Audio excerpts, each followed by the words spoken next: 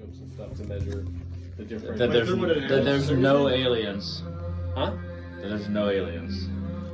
That's what you're talking about. I'm saying I can come up with my own theory to tell you that there's no aliens. No, I'm saying you're saying science says what? Science, they don't come out and say this is the reason why aliens don't exist. I'm saying it could be possible because they're saying that the universe is, if you go through, it's called a megaparsec, right? So each megaparsec that you go from here, that you go out, I don't know how much, it's not that far, like 10 light years, whatever, that each interval that you from the original point that you go further out, that space is shifting, expanding versus, right? Okay. All right, so if the galaxies that we're looking at now is, where are they? We don't know where they are now because we're looking at the shit from The old light. old light, right? Okay. So anyways, where's the aliens? How would we ever see them if the universe is shifting apart? Well, nobody's ever claimed to see aliens distantly. They say aliens are here. So okay, so here's my thing, and this is actually part of Project Blue Book, is that those that we consider as aliens are actually just us from the future traveling back, trying to figure out what the fuck happened. Like what? Because basically in Project Blue Book, one of the aliens says like so much evidence was destroyed because of nuclear apocalypse, basically, and that only small numbers survived. So we had to, we come back to try to figure out what happened to, our ancestors, because they're basically us, just more evolved.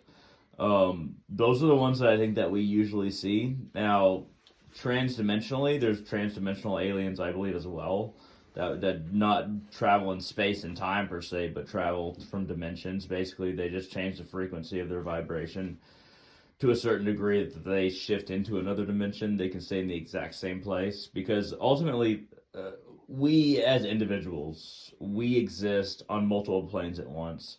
Our consciousness is here on the material plane, but we can shift our consciousness to both be present and also conscious of other planes and actually be in those planes.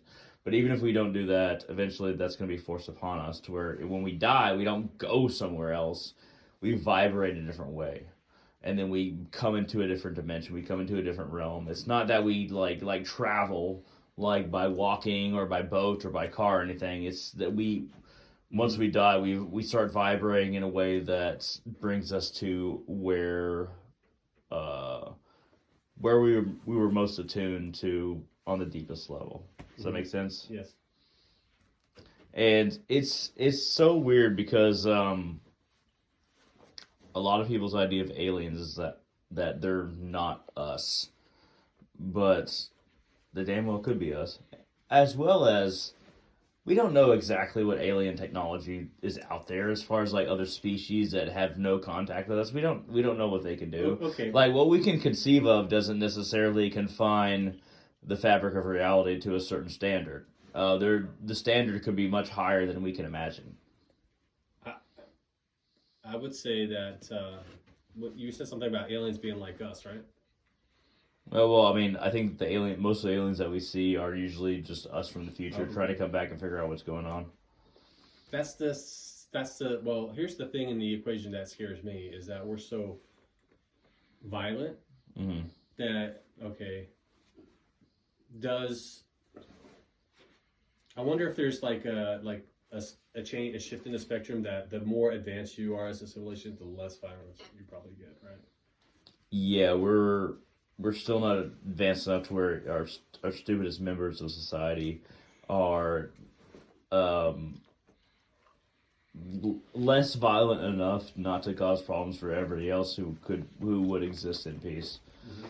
And you're going to get a lot of different political ideas on it as far as like who are the violent ones, or you're going to get a lot of spiritual ideas as far as different traditions that are not coherent with long-term human survivability. But yeah, unfortunately, the majority of the human race is not quite at that stage. Though I wish they were, but this is not. No, now we're thousands of years away from.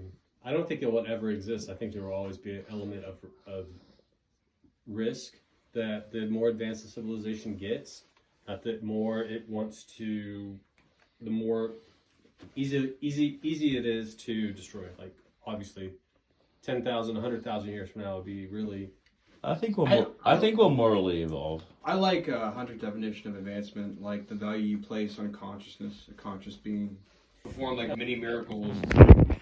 How much do we value each other and other animal, species?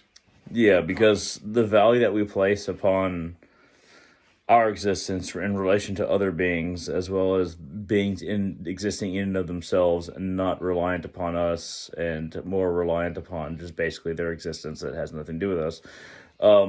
The more that this value increases, the more that all the species on this planet can basically start to understand each other. So we as human beings think that we understand the most.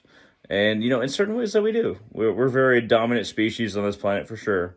But as we slowly start to open up spiritually, we start to realize that, hey, there's other things in the united consciousness of this planet, and we just have to work towards a place to where we are working together as opposed to against each other, whether it comes to plants or animals, what have you. Does that make sense?